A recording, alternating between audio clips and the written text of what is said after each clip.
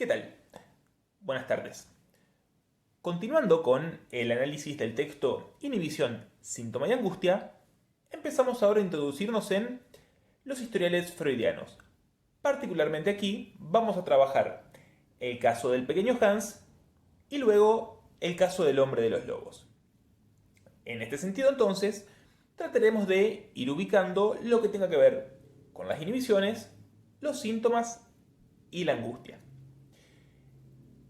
Entonces bien, cuando Freud empieza a desarrollar lo que tiene que ver con el caso de Hans, no va a agregar mucho respecto al campo de la inhibición. De hecho, respecto a la consulta que sus padres hacen para con Freud, recordemos que es el padre de Juanito quien se encarga de llevar a cabo el análisis, siendo además que el padre de Juanito era discípulo de Freud. Entonces bien, en el motivo de consulta nos encontramos con esto. Juanito no se atreve a salir de su casa. Es esto entonces lo que Freud va a ubicar allí como una inhibición. Tengamos en cuenta también una cuestión clave que Freud nos quiere ubicar allí. Juanito, es decir, un niño de aproximadamente 4 años, cuando conoce a Freud, tengamos en cuenta que él va una única vez a su consultorio. Bueno, Freud nos ubica. Juanito está allí en la época del complejo de Edipo. ¿Sí? Entonces, bueno, Juanito presenta una fobia, vale decir, un miedo, y un miedo específicamente determinado. Juanito teme que un caballo lo muerda. Entonces, bien, cuando Freud nos va ubicando esta cuestión del complejo de Edipo, nos va ubicando, como ya lo hemos planteado alguna vez, la cuestión de la ambivalencia, vale decir, la existencia tanto de un amor justificado hacia el padre, como también cierto odio, en tanto allí habría una cuestión de rivalidad respecto al amor por la madre. Freud nos dice, es muy común que cuando se presente este conflicto de ambivalencia, nos encontremos con una formación reactiva, vale decir, el realzamiento de uno de estos dos polos, por lo general, la emoción tierna para mantener alejada la emoción hostil hacia el padre. Ahora bien, en el caso de Juanito, no nos encontramos con nada de este estilo, ¿sí? Sino que, por el contrario, nos encontramos con un síntoma. Por lo tanto, ya como hemos localizado la inhibición, Freud nos ubica el síntoma en lo siguiente.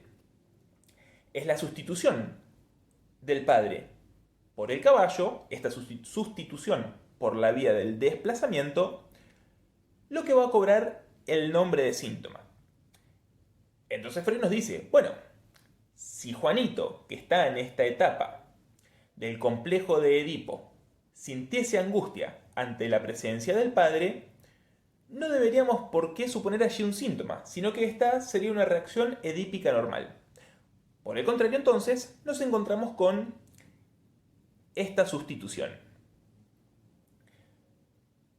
Ahora bien, esto nos da pieza entonces también para lo que de algún modo Freud va diferenciando entre defensa y represión. ¿Sí? Es decir, Freud va a interpretar entonces aquí que la represión es un modo más de defensa, como lo es la formación reactiva y por otro lado la regresión.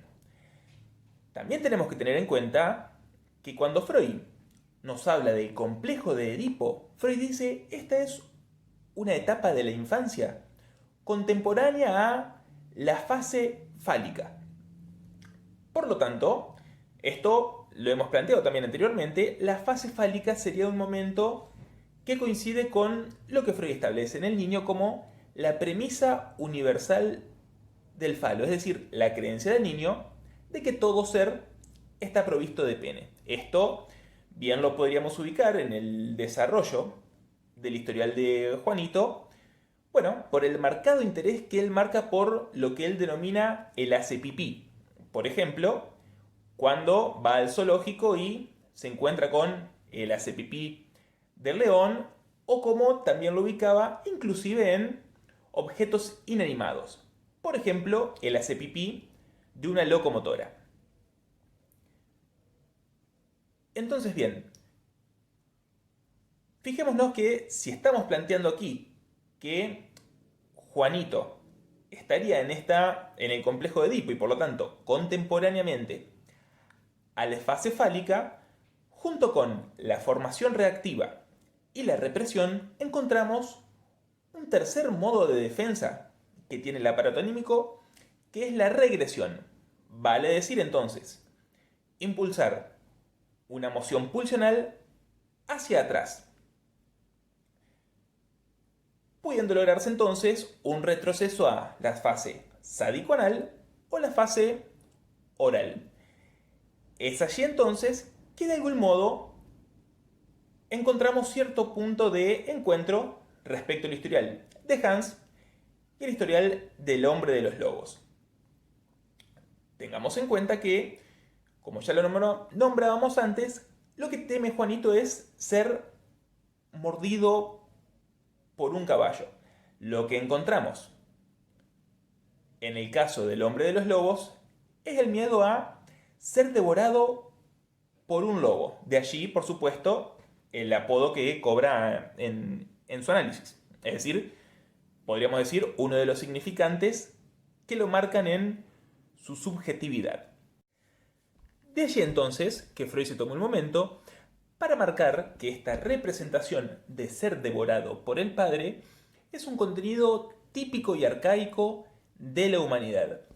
Cuestiones tales como nos aparece en la mitología griega respecto a la devoración de sus hijos por parte de Cronos.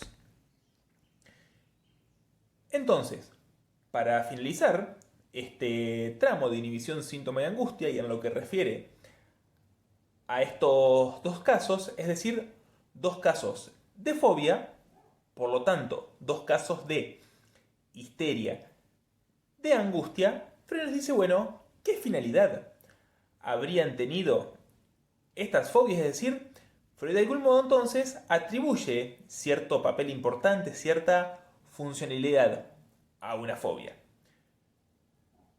Bueno, el cometido entonces, el papel que llevarían estas a cabo, es la de poder tramitar de algún modo las mociones típicas con las cuales nos encontramos en el complejo de Edipo y las cuales Freud establece debemos atravesar.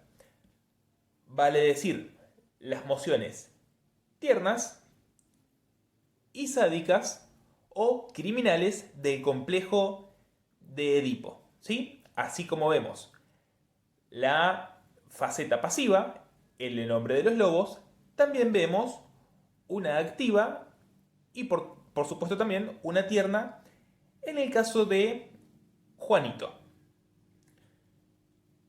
Ahora bien, por último entonces, Freud nos marca una última cuestión. ¿De qué es entonces aquí?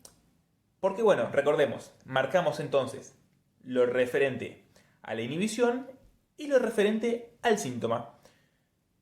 Por último entonces, cuestión que ya hemos trabajado, Freud nos la vuelve a repetir aquí. Lo que tiene que ver respecto a la angustia. Freud nos dice, el motor entonces de la represión va a ser la angustia. Nuevamente entonces nos encontramos con la idea desechada de que sería la angustia entonces el resultado de la libido transmutada en angustia. Donde Freud entonces nos va a agregar que esta idea que él tenía de que la angustia sería resultado del proceso represivo y no a la viceversa, como ahora la plantea, es una cuestión que él tomaba de las neurosis actuales. ¿A qué nos referimos entonces cuando hablamos de las neurosis actuales?